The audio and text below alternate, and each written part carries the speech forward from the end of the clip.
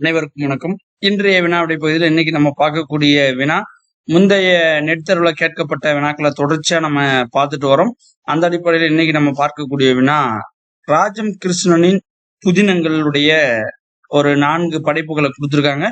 அதுல சரியானது எது அப்படின்னு நம்ம கண்டுபிடிக்கணும். ஒரு படைப்பு மட்டும் தவறானதா இருக்கு.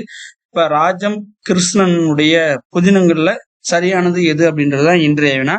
இதற்கான தெரிவுகளை பார்ப்போம். ஆப்ஷன் ஏ சுதந்திர ஜோதி, ஆப்ஷன் பி வலைக்கரம், ஆப்ஷன் சி இலையுதிர் காலம், ஆப்ஷன் டி சேற்றில் மனிதர்கள்.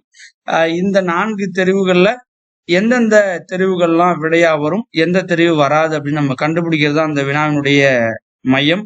அதனால இந்த வினாவிற்கான விடை குறிப்பை முதல்ல பார்ப்போம்.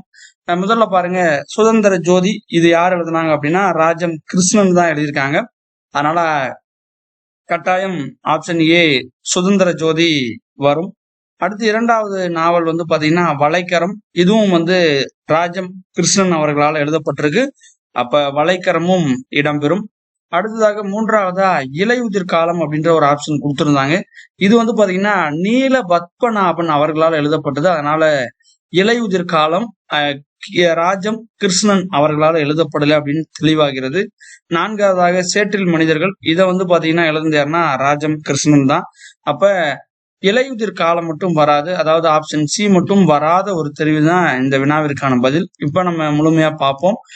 ராஜம் கிருஷ்ணனுடைய புதினங்கள்ல எது சரியானதுன்னு கேட்டிருந்தாங்க. அதுல பாத்தீங்கன்னா ஆப்ஷன் ஏ சுதந்திர ஜோதி, ஆப்ஷன் பி வலைக்கரம், ஆப்ஷன் டி சேற்றில் மனிதர்கள். இந்த 3 நாவலையும் எழுதுந்து யாருன்னா ராஜம் கிருஷ்ணன். ஆப்ஷன் சி இலையுதிர் காலம் மட்டும் எழுதுந்து யாருன்னா நீல பத்மநாபன் எழுதியிருக்காங்க. அதனால ஆப்ஷன் சி மட்டும் வராது. ஏ பி டி இந்த தெரிவு சரியானது. நன்றி.